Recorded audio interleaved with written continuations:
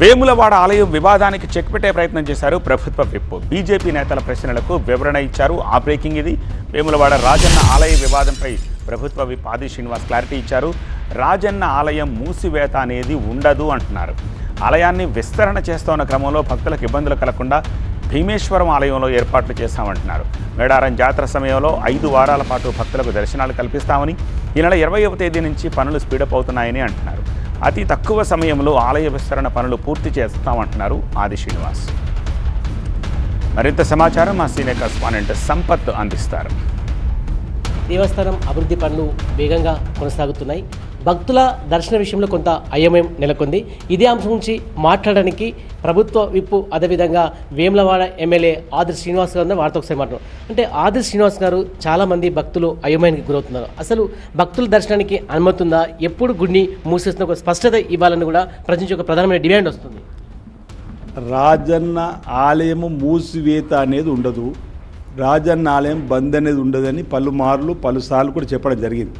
మీ ద్వారా TV9 ద్వారా రాజన్న భక్తులకు, ప్రజలకు, అన్ని పార్టీల నాయకులకు చెప్పదలుచుకున్నది విజ్ఞప్తి రూపంలో.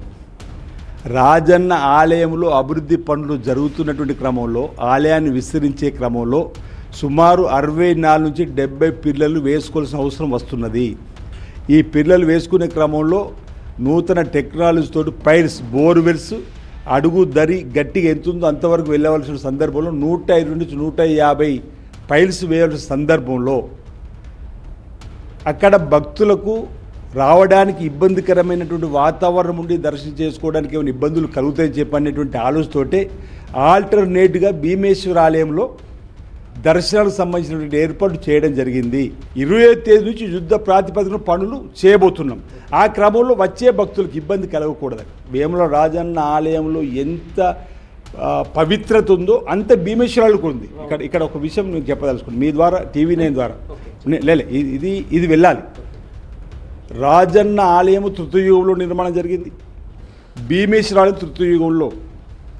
ఇక్కడికి శ్రీరామచంద్రుడు వచ్చినట్టు అక్కడికి శ్రీరామచంద్రుడు దర్శనం చేసుకున్నట్టు, ఇక్కడ పాండవులు దర్శనం చేసుకున్నట్టు అక్కడ పాండవులు దర్శనం చేసుకున్నట్టు, ఇంద్రుడు వచ్చి ఇక్కడ దర్శనం. అంటే భీమేశ్వర ఆలయం యొక్క విశిష్టతను దృష్టిలో పెట్టుకొని కొంతమంది బాలాలయం నిర్మాణం చేస్తే బాగుండు కదా అని అన్నారు.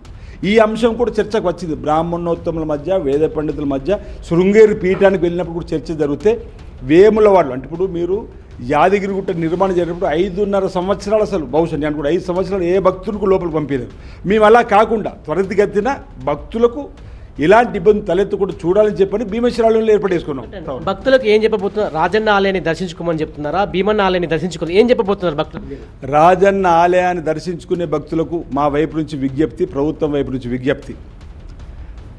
ఆలయ విస్తీర్ణ ఈ వారం నుంచి జరుగుతుంది, 20వ తేదీ నుంచి ముమ్మరమవుతుంది. కాబట్టి ఆ సమయంలో భీమేశ్వర ఆలయంలో ఆల్టర్నేటివ్గా దర్శనాలకు ఏర్పాటు చేసిన అక్కడ అన్ని కోడెముక్కులకు సంబంధించిన అంశం కానీ, కుంకుమ పూజకు సంబంధించిన అంశం కానీ, అభిషేకాలకు సంబంధించిన అంశం కానీ, కళ్యాణకు సంబంధించిన అంశం కానీ అన్ని ఏర్పాట్లు కూడా చేయడం జరిగింది.